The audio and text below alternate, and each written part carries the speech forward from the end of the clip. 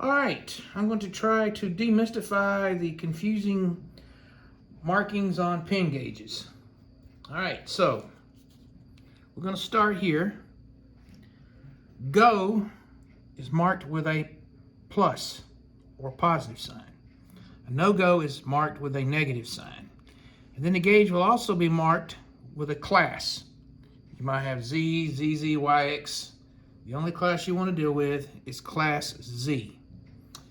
What class Z means is the gauge will actually measure .0001 either larger or smaller than what the gauge is actually marked.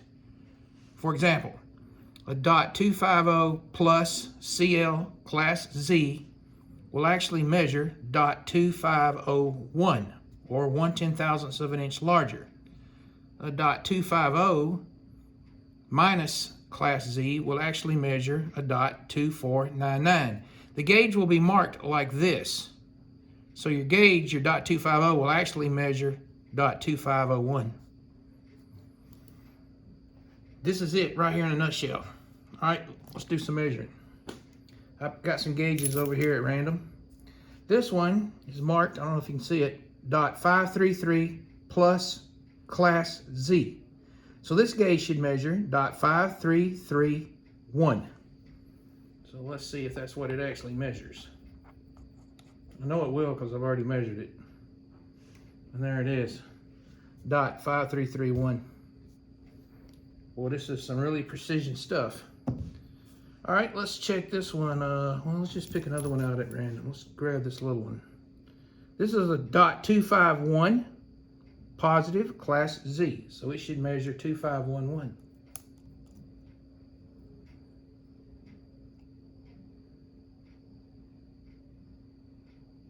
And there you are.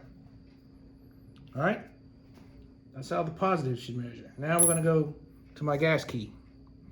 My gas key has a .180 positive class Z. So that should measure .18011.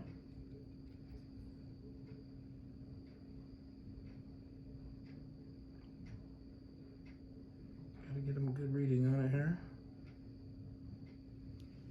All right, .1801. The negative side, or the no-go side, .182 minus Z should read .1819.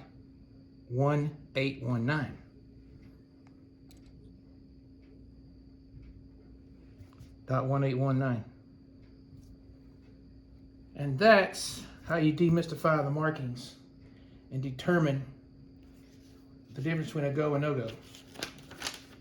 So let's look at the drawing on my gas key. .182 class Z minus .1819. All right, so I have in here a .180 positive and a .182 negative. They actually read .1801 and .1819. Now, what if you use two positive gauges? What if you use a .182 positive? You're going to read .1821. A difference of 2/10,000ths. This is not SpaceX hardware we're working on here. This is rifles. It doesn't really have to be that precise. However, if you want it to be that precise, when you put together plug gauges, you can actually order these from McMaster-Carr with the positive and the negative gauges, and they'll ship it to you already assembled. But now you got to think about buying sets of gauges. Are you going to buy 3 or 4 sets of positives, or are you going to buy 3 or 4 sets of negatives? Or are you going to buy 6 or 8 sets of positive and negatives and spending $2,000 on plug gauges? General rule of thumb is you just buy 1 set of each, or just 1 set. You can either buy 1 set of positives or 1 set of negatives. Most people tend to buy the negatives for some reason. I don't know why. But we'll get into that in part 2.